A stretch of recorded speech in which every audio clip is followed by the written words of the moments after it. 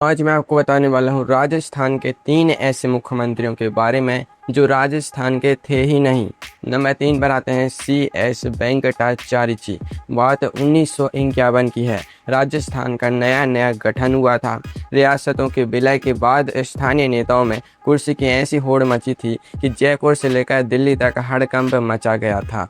हीरालाल शास्त्री जी और जय नारायण व्यास जी के गुट आपस में ही भिड़ गए।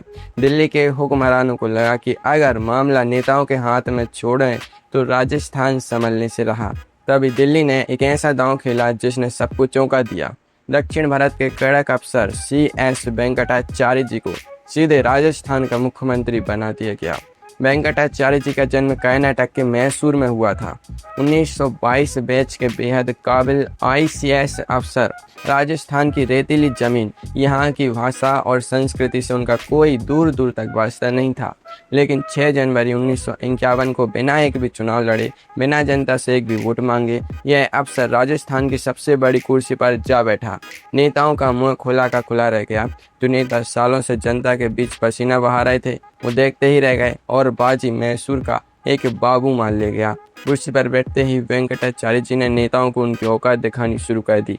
फाइलें रुकती तो अफसरों की क्लास लगती और नेता सिफारिश लेकर आते तो सीधे बाहर का रास्ता दिखा दिया जाता। उन्होंने रियासतों के विलय के बाद फैली प्रशासनिक अफरा तफरी को चुटकियों में समेट दिया, खजाना दुरुस्त किया और कानून व्यवस्था सख्त की। लेकिन क्या सियासत किसी अफसर को ज़्यादा दिन राज करने देती?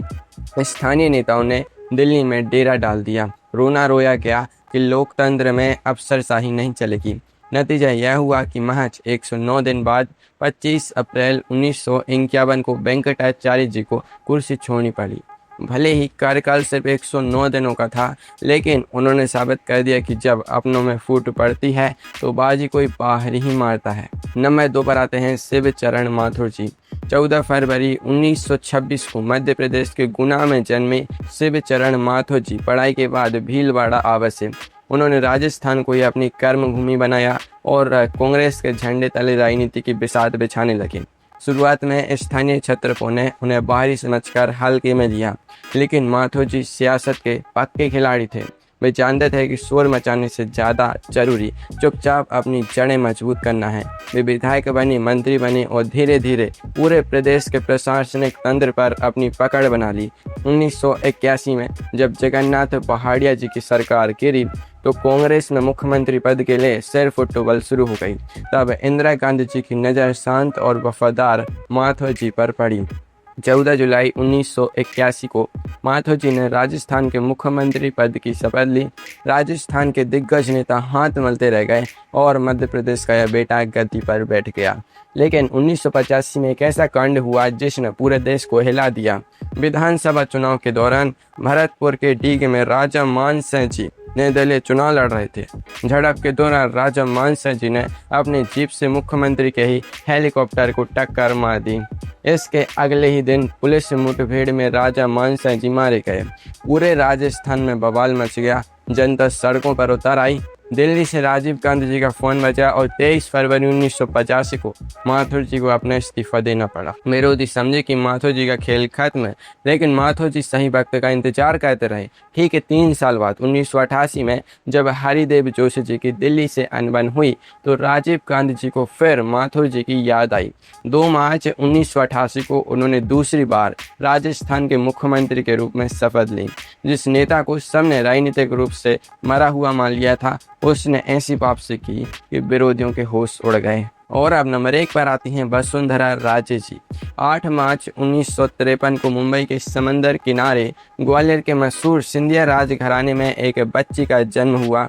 नाम रखा गया वसुंधरा राजे। पढ़ाई तमिलनाडु में हुई और शादी राजस्थान के धौलपुर राजघराने में। जन्म महाराष्ट्र में, मायका मध्य प्रदेश में और ससुराल राजस्थान में। 2002 तक राजस्थान बीजेपी में भैरव सिंह शेखावत जी का एक छत्र राज था, लेकिन जब वे उपराष्ट्रपति बने तो राजस्थान बीजेपी नेतृत्वहीन हो गई। तब दिल्ली ने वसुंधरा राजे जी को राजस्थान का प्रदेश अध्यक्ष बनाकर जयपुर भेजा। स्थानीय नेताओं ने ताने मारे कि मुंबई की महारानी राजस्थान की धूल और कड़कती धूप में 2 दिन भी नहीं टेक पाएगी। लेकिन महारानी के इरादे कुछ और ही थे। उन्होंने परिवर्तन यात्रा निकाली, रथ पर सवार होकर गांव-गांव गईं, महिलाओं का घूंघट उठाया और उन्हें अपने गले लगाया। सिर पर पल्लू और जुबान पर राजस्थानी लहजा। जनता इस महारानी के अंदाज पर फिदा हो गई। 2003 के चुनाव में उन्होंने अशोक गहलोत जी की सरकार को उखाड़ फेंका। बीजेपी ने 200 में से 120 सीटें जीती और 8 दिसंबर 2003 को वसुंधरा राजे जी राजस्थान की पहली महिला मुख्यमंत्री बनी। वे अपने कड़क अंदाज के लिए जानी गई, न अफसरों की सुनी न पार्टी के बड़े नेताओं की, उनका सीधा हुक्म चलता था। इसी वजह से 2008 में पार्टी अंदरूनी कलह से चुनाव हार गई।